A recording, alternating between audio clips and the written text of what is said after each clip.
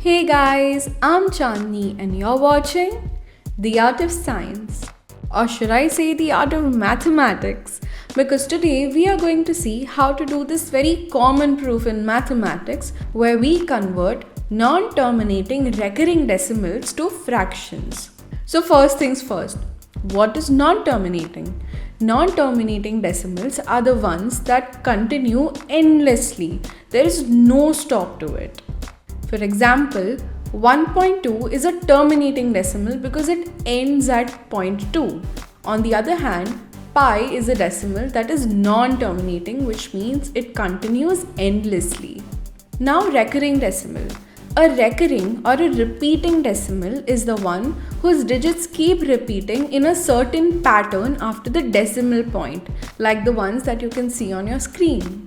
Now let's get to the method of how to do this. Let's consider the number 0.33333, or we can simply write this as 0.3 bar. This horizontal line indicates that the number 3 is repeating. The first step is to take x equals to 0.3 bar. This will be our first equation. The second step is to multiply the first equation by 10 on both sides. Now this gives us 10x equals to 3.3 bar. Remember guys, when we multiply 10, the decimal point shifts right by one place. And when we multiply 100, it shifts by two places. So now we have 10x equals to 3.3 bar. This will be our equation 2.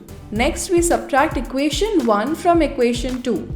So this gives us 9x equals to 3 because all the recurring 3's now have been subtracted. We are left with 9x equals 3. So x equals 3 divided by 9, which is 1 over 3. Let's check this on a calculator and there we have it. 1 upon 3 is equal to 0.3 bar. Let's take another example of 0.242424 or simply 0.24 bar.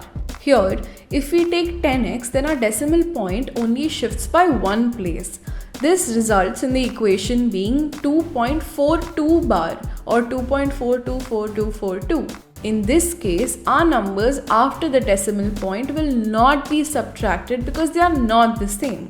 So in cases like these, we need to multiply the equation with 100. So we shift two decimal places. If you notice, now the digits after the decimal point are 242424, so they can be subtracted.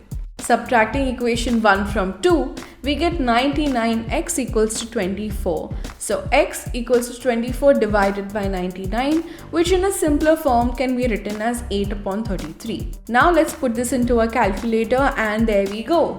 8 upon 33 is equal to 0.24 bar. Now let's follow the exact same steps with the number 0.9 bar. So we take x equals to 0.9 bar, multiply this with 10, subtract equation 1 from 2 and we get 9x equals to 9. So x equals to 9 divided by 9, which is 1. And that's how you prove that 0.9 bar is equal to 1. I hope you had fun in this video and you also learned something new. If you have any doubts, let us know in the comment section below and we'll see you next week.